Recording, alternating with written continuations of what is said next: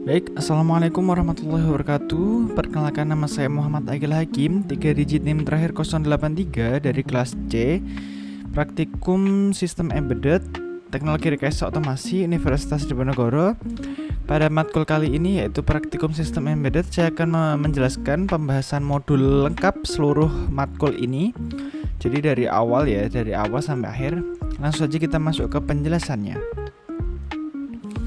Ini ada GPIO, yaitu gerbang dunia fisik. GPIO ya, kepanjangannya itu adalah General Purpose Input Output. Adalah pin digital pada microcontroller yang fungsinya dapat diprogram sebagai input membaca data atau output membaca perintah. Input mode membaca status tombol, sensor, pin, atau saklar. Output mode mengaktifkan LED, relay, atau buzzer.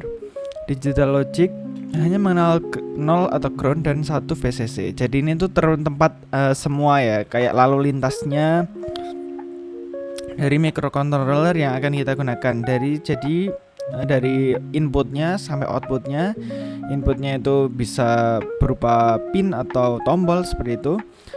Dan input bisa sensor juga ya. Sensor suhu itu input, keluarannya nanti datanya seperti itu. Nah, ini outputnya ada mengaktifkan LED, relay, dan buzzer. Ini ada konfigurasi dan penerapan GPIO-nya ya, yaitu push pull atau VS open drain. Push pull memberikan arus aktif high atau low. Open drain hanya menarik ke ground. Perlu pull up eksternal untuk high. Pull up atau pull down resistor internal untuk memastikan sinyal tidak mengambang atau floating saat tombol ditekan. Penerapan nyatanya ada input keypad matrix pada kalkulator, output indikator status mesin melalui LED warna-warni. Nah, ini kan tadi interrupt GPIO sudah ya. Jadi gampangannya itu jalur lalu lintasnya lah untuk kita melakukan pemrograman pada microcontroller atau praktikum seperti itu. Selanjutnya ada interruptnya. Yang kedua yaitu manajemen keadaan. Pengertian dan fungsinya, mekanisme yang menghentikan sementara program utama untuk menangani kejadian mendesak melalui ISR, Interrupt Service Routine. Jadi gampangannya itu kayak kita nge-pause lah, gampang banget itu persamaannya ya, kayak nge-pause gitu, diberhentikan. Nah, diberhentikan ini bisa saat diklik itu berhenti, atau saat dilepas malah berhenti, malah nyala, malah aktif gitu ya interruptnya seperti itu. Jadi tergantung kita settingnya seperti apa. Ini ada yang pertama NVIC, pengatur prioritas interupsi pada STM32. Kedua ada XT, interupsi dari pin eksternal misal tombol darurat. Ketiga ada keunggulan CPU, tidak perlu terus menerus mengecek status polling sehingga lebih hemat energi. Ini ada contoh penerapannya, yaitu sistem pengereman mendadak apps pada otomotif menggunakan interupsi untuk mendeteksi slip roda secara real time tanpa menunggu antrian program utama. Nah, ini ada timer ya, interrupt atau timer. Nah, timer adalah peripheral untuk menghitung waktu secara independen dari kecepatan CPU. Pertama ada prescalernya, yaitu membagi clock system agar timer berdetak lebih lambat. Kedua ada auto reload ARR, batas atas hitungan sebelum kembali ke 0 atau overflow. Selanjutnya ada aplikasi, yaitu membuat delay presisi, mengukur durasi pulsa, input capture, dan menjadwalkan pembacaan sensor setiap 10 milisecond seperti itu. Nah, ini selanjutnya ada watchdog timer. Apa itu watchdog timer? Watchdog timer adalah timer khusus untuk mendeteksi jika program hang atau jika program tidak dapat mereset watchdog tepat waktu. Sistem akan mereset otomatis untuk pemulihan. Selanjutnya ada ADC ya. Yang selanjutnya ADC, membaca sinyal fisik. ADC itu apa sih?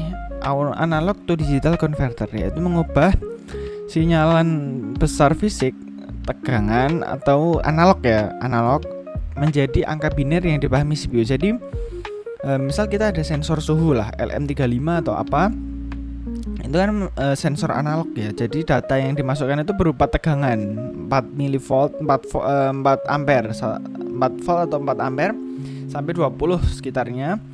Nah itu tuh bagaimana sih caranya biar bisa dibaca oleh laptop? Nah seperti itu. Nah ini kita membutuhkan ADC, yaitu analog to digital converter, seperti itu. Parameternya ada resolusi, misal 12 bit, menentukan seberapa halus pembacaan sinyal 0 sampai 4095. Ada sampling rate-nya, yaitu kecepatan pengambilan data per detik.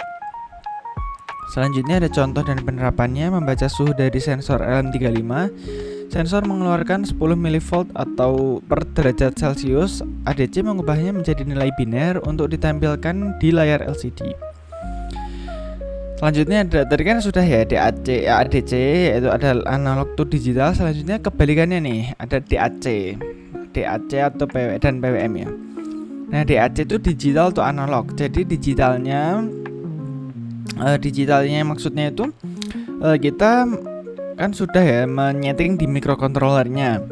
Nah itu nanti bagaimana caranya bisa dibaca oleh analog. Analognya ini adalah osiloskop ya, seperti itu. Jadi ada keluaran sinyalnya nanti itu kotak-kotak seperti itu. Kita bisa mengeceknya di osiloskop seperti pada video saya yang tugas ke-6 atau 5. Nah itu ada di sana, bisa ditonton apabila masih bingung.